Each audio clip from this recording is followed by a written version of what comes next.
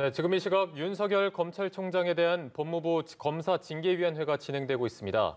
본격적인 쟁점 논의에 앞서 징계위원 기피 신청과 증인 채택 문제를 놓고 시간이 걸리고 있는데요. 네, 오늘 결론이 나올 수 있을지, 징계 여부와 수위는 어떻게 결정될지 이목이 집중되고 있습니다.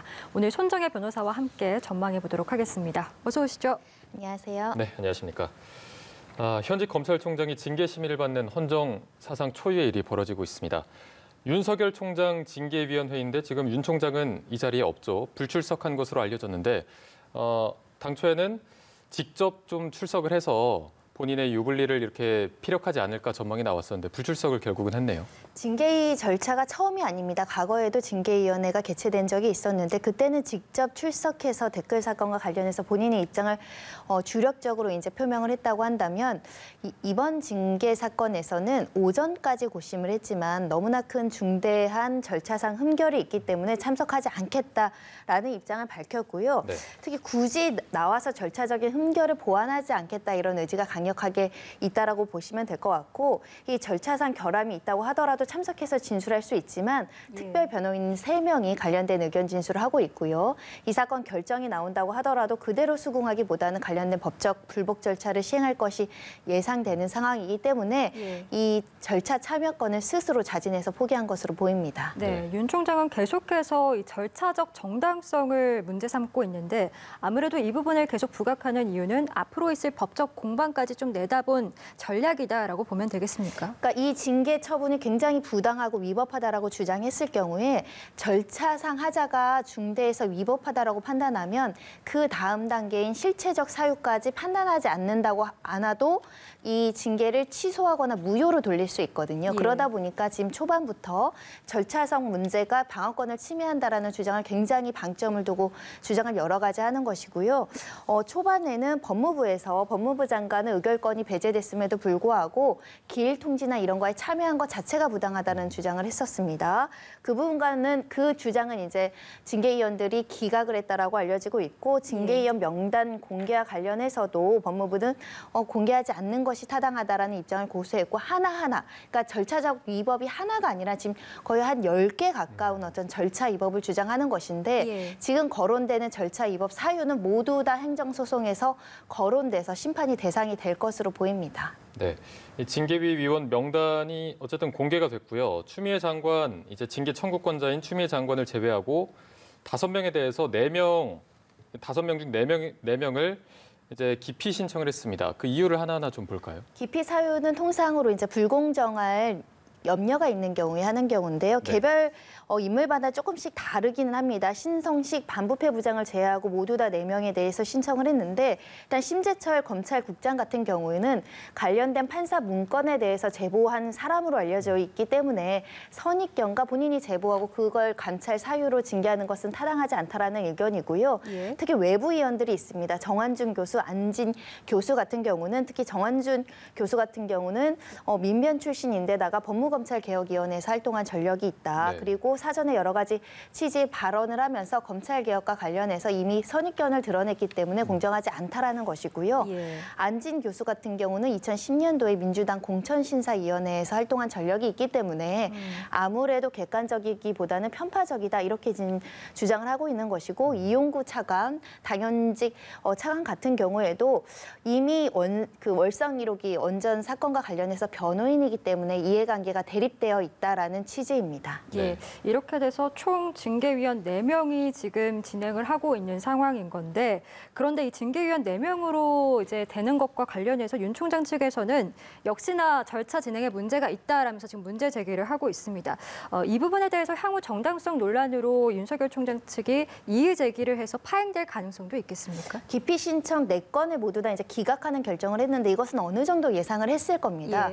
왜냐하면 실제로 이 징계 절차를 형사소송법에 준용한다라는 규정이 있는데 우리가 법관들이 불공정할 우려가 있어서 기피 신청을 했을 때 받아들이는 비율이 0.1 이하거든요. 0.15%밖에 안 돼서 기피 신청이라는 건 아주 명확하게 이해관계가 있다던가 뭐 친인척 관계라든가 관련된 업무를 했다던가 이런 것이 아니면은 통상 재판에 가서도 기피 신청은 잘 받아들여지지 않는데 예. 4건이나 기피 신청한 것도 이례적이지만 또 4건 모두 기각된 것도 이례적이어서 아무래도 이 편파적이었고 기피 신청을 일괄 기각하는 것 자체가 불공정하다라고 행정소송에서도 거론될 가능성이 있는데 이 기피 신청을 모두 다 기각하는 것이 위법하냐는 판단은 또 단언하기 어려운 점이 있는 것이 예. 민변을 활동을 했다고 하더라도 과거에 어떤 정당의 그 공천심사위원회를 했다고 하더라도 이 사건은 또 양심에 따라서 했을 가능성을 또 우리가 배제하기는 어렵거든요.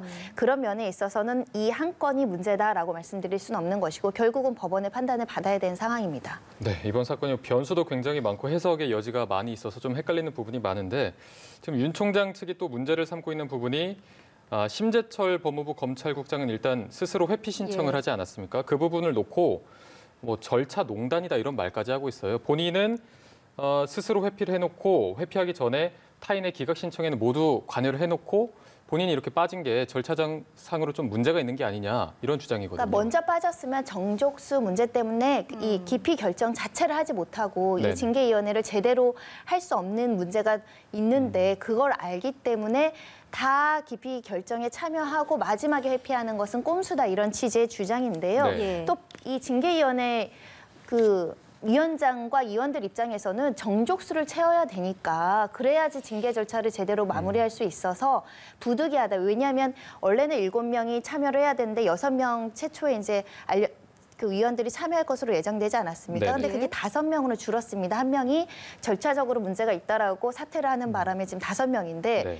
그중에 지금 한 명도 지금 회피를 한다라는 상황이면 너무 징계위원이 작으면 정족수 문제가 발생할 수 있거든요. 예. 그런 측면으로 지금 서로 다른 주장을 하고 있는 상황입니다. 예, 네. 그 증인 채택과 관련해서도 좀 이야기를 나눠보면 일단 지금 윤 총장 측에서 그 검찰 내부망에 징계 절차의 문제점이라는 글을 올렸던 이정화 검사까지 추가로 신청을 해서 지금 증인 8명을 신청을 한 상황입니다. 과연 징계위가 이 증인 채택과 관련해서도 어디까지 받아줄 것인가 그 부분이 좀 관심인데요. 원래 예정돼서 우리가 예상하고 있었던 증인의 수는 7명이었습니다. 예. 네네. 그런데 현장에서 1명을 추가했다라는 것은 이런 신청 자체가 오늘 결정을 하지 않고 신중하게 또다시 징계위원회 회의를 내일이 되든 뭐 주말이 되든 월요일이 되든 조금 더 신중하게 해야 된다라는 의지가 담겨 있는 게 아닐까 생각이 드는데 일단 7명 중에 3명은 오늘 증인들이 그 근저리에 출석을 했다라는 네네. 겁니다. 그러면 증인이 채택하면 증인 신문이 진행이 되는 것이죠. 예. 그리고 나머지 3명은 이성윤 지검장이나 한동수 검사님 같은 경우는 지금 안 왔단 말이죠. 그럼 채택이 된다고 하더라도 소환이 되지 않고 제정할 수 없는 상황이기 때문에 증인 신문 없이 오늘 종결될 수 있는데 만약에 이정화 검사가 채택이 됐다. 예. 그런데 이정화 검사가 나는 출석하겠다라는 의지를 밝힌다고 한다면 지금 징계 피혐의자 측, 윤 총장 측에서는 증인이 지금 신문하겠다라고 하는데 절차 더 줘야 된다라고 하면서 또 다른 기일을 요청할 가능성이 있어서 이 현장에서 또 이정화 검사를 추가로 증인 신청하고 있는 것이 아닐까 생각이 들고요. 다만 실제로 채택 여부는 또 의원들이 결정을 하는 것이기 때문에 예. 실제 채택할지 여부는 지켜봐야 되는 상황입니다. 네, 알겠습니다. 결국에는 윤 총장이 해임될지 직 유지가 될지 추미애 장관이 제기한 6가지가 핵심 쟁점이 아니겠습니까? 그 쟁점이 좀 하나하나 다시 짚어볼 필요가 있을 것 같아요. 일단은 채널A 사건이라든가 한명숙 총리 사건 관련해서 감찰을 방해했다라는 혐의를 받고 있고요. 언론사 사주와 부적절하게 접촉을 해서 품위 유지라든가 윤리 위반을 했다라는 부분이 지적되고 있고 네. 그 다음으로 이제 법원 판사들의 어떤 여러 가지 그 태도라든가 연령이라든가 가족관계 이런 것들을 분석했다, 사찰을 했다 이런 의혹을 받고 있는 사건이 위법하냐 아니냐 이런 논란도 제기되어 있어서 6가지 사유가 굉장히 많은 사안인데 징계 사유 하나하나 심리를 해야 됩니다. 통틀어서 추상적으로 이걸 같이 주장하거나 이러는 상황이 아니기 때문에 네네. 상당히 심리하는 데 시간이 많이 걸릴 수밖에 없는 상황입니다. 이 6가지 중에서 가장 좀 핵심이다라고 볼 수 있는 건 어떤 게 있을까요? 일단 감찰 방해를 했다. 그러니까 감찰에 협조하지 않았다라는 부분들 같은 경우는 사실은 윤 총장 측에서 할 말이 굉장히 많죠. 예. 우리가 대면 조사를 이행하지 않았을 뿐 협조하겠다고 했고 서면 조사를 성실히 받겠다고 했고 그래도 안 되면 대면 조사할 의사도 있었는데 라고 나온다고 한다면 다툼의 여지가 좀 있는데 가장 이제 중요하게 보는 것들은 판사에 대한 이런 개인정보를 수집하는 것이 정당한 업무 범위였느냐 예. 이런 부분이 가장 치열하게 법률적인 쟁점이 되지 않을까 생각이 들고요. 예. 특히 측근을 비호하기 위해서 감찰 업무를 부적절한 방법으로 권한 범위 내에서 남용을 해서 이걸 감찰을 방해했는지 여부 이런 것들은 어떻게 보면 검찰의 어떤 권력을 남용했다고 볼 판단이 될 여지가 있어서 이런 것들이 중심적으로 토론될 것으로 보입니다. 예, 아무래도 이제 판사 사찰 의혹 그 부분이 이제 핵심 쟁점이 되지 않을까라는 또 전망을 해주셨는데 뭐 징계위원들 입장에서 사실 부담이 아예 없는 건 아니죠. 뭐 지난 7일에 전국 법관대표회의에서 판사 사찰과 관련해서 부결이 됐었고 또 법무부 감찰위원회에서는 윤석열 총장에게 조금 유리한 결론이 나왔었기 때문에 뭐 이런 부분들이 권고사항이긴 합니다만 역시나 징계 결론에 영향을 미칠 것인가 그 부분도 좀 전망을 해보면 좋을 것 같습니다. 판사 대표, 법관 대표에서 나온 결정은 가결됐다라고 한다면 굉장히 동력을 받아서 예. 징계의 근거가 됐겠지만 현재로서는 무색무취거든요. 우리는 정치적으로 활용될 가능성 때문에 입장 표명을 안 한다라고 했기 때문에 양쪽 모두 이것을 본인들의 이익으로 원용한다라고 표현하는데 이익으로 활용할 수는 없는 상황이지 않을까라는 생각이 들고 예. 이 여러 가지 뭐 감찰위원회 결정이 문제가 있다라든가 특히 직무배제 결정이 위법하다라는 법원이 판단이 있지 않았습니까? 그만큼 절차적인 정당성을 굉장히 중시하고 있는 상황에서 5명이 참석했는데 4명이 기피 신청 들어오는 징계위원회는 거의 전례가 없거든요. 예. 그만큼 굉장히 치열하게 다툼이 있고 온 국민들이 지금 이 사건을 주목하고 있기 때문에 심리적인 부담은 굉장히 가중되는 징계 절차고 그래서 징계위원들은 오늘 끝내고 싶을 겁니다. 만약에 오늘 결정이 나지 않고 이틀, 3일 미뤄진다고 한다면 하루, 이틀, 3일 동안 징계위원들에게 쏟아지는 관심과 부담과 갖은 압박과 또 반대로 응원하는 목소리들을 주체하기 어려울 수 있거든요. 예. 그래서 가급적이면 밤중이라도 결론을 내릴 것으로 예상은 되지만 지금 신청한 증인들의 수가 많고 특히 한 사람당 1시간만 잡더라도 지금 3시간, 4시간이 예상이 되기 때문에 과연 이게 심리가 종결될지 좀 지켜봐야 되는 상황입니다. 네, 결론이 언제 날지는 아직 확신을 할 수가 없는 상황이고 어쨌든 결과가 나온다면 이 검사 징계법상의 징계를 보니까 견책, 감봉, 정직, 면직, 해임 이렇게 있습니다. 정직 이상부터 중징계로 보면 되는 건가요? 중징계가 나올 가능성을 점칠 수밖에 없는 것이 경징계나 불처분, 무혐의가 나온다고 했을 때 이 피징계 혐의자, 그러니까 윤 총장 측에서 이렇게 필사적으로 절차의 문제를 지적하고 이 혐의가 없다, 부당하다는 걸 강력하게 주장하지 않겠죠. 네. 예. 중징계가 예상되는 상황은 맞습니다. 다만 실제로 징계위원들이 방어권을 행사해서 의견을 진술하고 증인들의 어떤 의견들을 듣고 중징계를 결심했다고 하더라도 의견이 수정될 가능성도 있거든요. 예. 그런 점을 좀 살펴봐야 되지 않을까 하는데 결국 정직 이상이면 사실상 검찰총장으로서의 직무는 모두 다 정지된다고 해석하는 것이 맞거든요. 신분상의 차이가 아주 크진 않습니다. 네. 뭐 연금을 얼마나 깎이느냐, 변호사 개업하는데 연차가 얼마나 차이 나느냐가 정직, 면직, 해임의 차이인데 감봉 이상, 정직 이상 된다고 한다면 중징계로 해석해야 될 것 같습니다. 그럼 손 변호사께서는 어느 정도의 그 수위로 좀 이 징계가 내려질 것이라고 전망을 하십니까? 결국은 이 사건은 법원에서 집행정지 효력 신청이나 예. 행정소송으로서 취소 소송에서 결국 정당한 징계냐 아니냐가 가려질 수 있어서 일단은 경징계로 종결되진 않을 것 같고요. 최소한 정직 이상의 중징계가 나올 것이고 그럼 이 결정과 관련해서 즉시 효력정지 신청과 행정소송의 1심 소송이 제기될 것이 예상이 되는 상황이라서 아마 윤 총장 측근에서도 아마 그걸 대비하고 있지 않을까 합니다. 네. 중징계 이상으로 조금 예측을 해주셨는데 오늘 늦게라도 좀 윤 총장에 대한 징계가 중징계 이상으로 나오고 그게 의결이 된다면 그 다음 절차는 어떻게 진행이 됩니까? 일단 감봉 이상 징계가 결정되면 대통령이 이제 집행을 하게 되어 있어서 대통령이 이제 예. 승인하는 단계가 남아 있는데 만약에 징계위원회에서 결정된 걸 대통령이 집행을 하지 않겠다. 이런 경우는 상정하기 좀 어려울 것 같습니다. 그럼 집행까지 된다라고 본다고 한다면 결국은 법원에 가처분 신청이라든가 소송을 통해서 절차적인 하자가 있었다.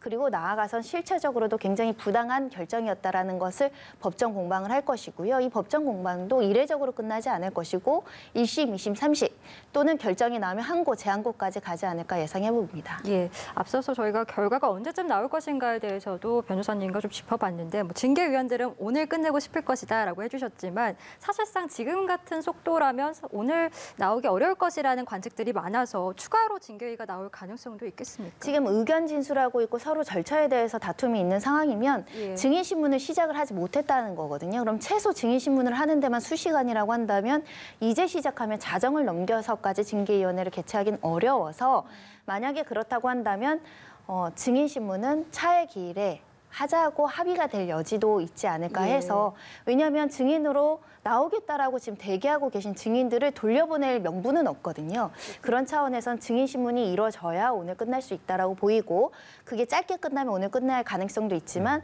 공방이 계속되면 제가 볼 때는 차의 기일에 집중적으로 증인신문하고 최종 의견 진술 받고 결정하는 것으로 하지 않을까 합니다. 네, 지금 일각에서는 이런 의견도 있는 게 윤 총장에 대한 어떤 징계 수위, 징계 판결보다 그 검사 징계법을 놓고 이제 윤 총장 측이 위헌 소송을 제기하지 않았습니까? 이 부분에 대한 법원의 어떤 가처분 인용 문제가 더 큰 파장을 몰고 오지 않을까 이런 문제가 있는데 여기에 대해서는 어떻게 보고 계십니까? 헌법 소원으로 그 집행정지 효력 정지 결정이 나오는데 소요되는 평균 기간이 100일이 넘습니다. 예. 그래서 수일 내에 나오지 않을 것이 지금 예상되는 상황이기 때문에 네네. 징계 결정이 먼저 나오면 이 효력 정지 가처분은 소의 이익이 없어서 각하되는 사건이거든요. 그래서 신속하게 헌재가 결론 내리지 않아서 이 사건에 큰 영향을 미치진 않을 것으로 보이고요. 다만 차후에도 이런 일이 발생하면 안 되지만 발생할 가능성도 있기 때문에 이 검사징계법이 검찰총장에 적용되는 한에선 위헌적인 소지가 있는지는 심판으로서 한번 판단을 받아봐야 될 필요성이 있어 보이고요. 작금의 어떤 상황을 보면서 제가 드는 생각은 예. 검사징계 절차에 징계위원이 검사님들로 채워지는 것은 좀 적절하지 못하다. 오히려 예를 들면 외부 의견이라든가 뭐 대한변협에서 대한변협 회장이라든가 또는 판사님들이나 이런 외부인 위원들이 좀 채워진다고 한다면 조금 더 공정하게 국민들이 바라볼 것인데 지금 제도로 활용하다 보니까 이런 논란이 더 많은 것 같습니다. 예, 그 아쉬운 부분까지 짚어주셨고요. 헌정사상 초유의 일입니다. 검찰총장의 징계위 오늘 그 결론이 어떻게 나올지 저희가 조금 더 지켜보도록 하겠습니다. 지금까지 손정혜 변호사와 함께 살펴봤습니다. 오늘 말씀 고맙습니다. 고맙습니다.